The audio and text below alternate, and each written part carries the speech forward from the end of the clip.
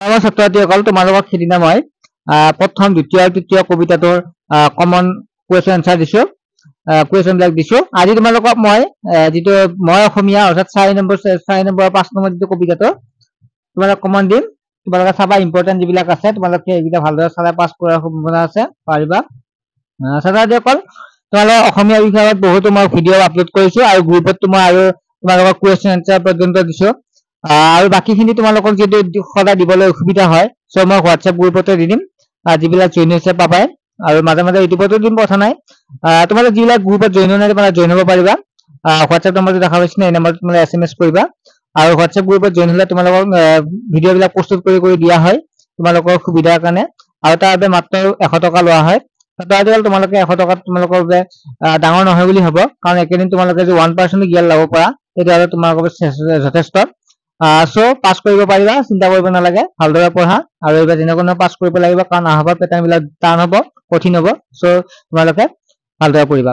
এতিয়া চোৱা, তোমালোকে যদি চোৱা যায় ইয়াত যিটো মই অসমীয়া আমাৰ পাঠটো, যিটো গল্প কবিতাটো, ইয়াত তোমালোকে লেখকটো চাবা যে মই অসমীয়া নামৰ কবিতাটোৰ লেখক কোন, তেতিয়া তোমালোকে ক'বা চয়াব আব্দুল মালিক। তাৰপিছত ইম্পৰ্টেণ্ট যদি আমি চাওঁ তেনেহ'লে চয়াব আব্দুল মালিকৰ জন্মটো তোমালোকে চাব পাৰা। আৰু নেক্সট তোমালোকৰ এটা ইম্পৰ্টেণ্ট হৈছে অহৰি আত্মাৰ কাহিনী যিখন আছে, এইখনৰ কাৰণে সাহিত্য একাডেমি বঁটা পাইছিল। যে কোনখন গ্ৰন্থৰ পৰা চয়াব আব্দুল মালিকে সাহিত্য একাডেমি বঁটা লাভ কৰিছিল, তেতিয়া তোমালোকে ক'বা যে অহৰি আত্মাৰ কাহিনীৰ বাবে। আৰু 2000 চনত তেখেতৰ যিটো 1977 চনত তেখেতে অসম সাহিত্য সভাৰ অভয়াপুৰীৰ সভাপতিত্ব অলংকৃত কৰিছিল। তাৰপিছত নেক্সট যদি আমি চাওঁ তেনেহ'লে চয়াব আব্দুল মালিকৰ কবিতা পুথি কেইখনৰ নাম লিখা। অসমৰ হেংদাং ক'ত জিলিকিছিল। তাৰপিছত নেক্সট আমি চাওঁ অসমৰ হেংদাং জিলিকিছিল দুপৰীয়া পূৰ্ণ আলোকত, কথাখিনি তাৎপৰ্য ব্যাখ্যা কৰা।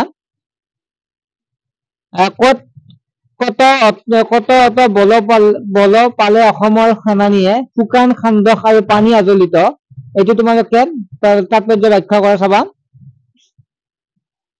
তাৰপিছত ব্যাখ্যা কৰা কেইটা চাবা, লগতে চয়াব মালিকৰ বিষয়ে চমু পৰিচয় অলপ চাই ল'বা। মোগলে এবাৰ পালে শকতিৰ নৱ পৰিচিত, দেশ প্ৰাণ মুক্ত প্ৰাণ অসম স্বদেশ ভকতি, এইটো চাবা। খটো তোমালোকে চাবা, গটো তোমালোকে চাবা। তাৰপিছত তোমালোকে বিপৰীতাৰ্থ শব্দকেইটা চাবা, লগতে তোমালোকে ব্যাস বাক্যটো 1 নম্বৰটো চাব পাৰা। দৃষ্টান্ত কবিতাটো আছে 25 বছৰ আগতে, যিটো মই এজনক লগ পাইছো, এই ঠাইতে এজনক লগ পাইছো, হৰে কৃষ্ণ ডেকা হৈছে এই কবিতাটোৰ লিখক, তোমালোকে চাবা এইটো।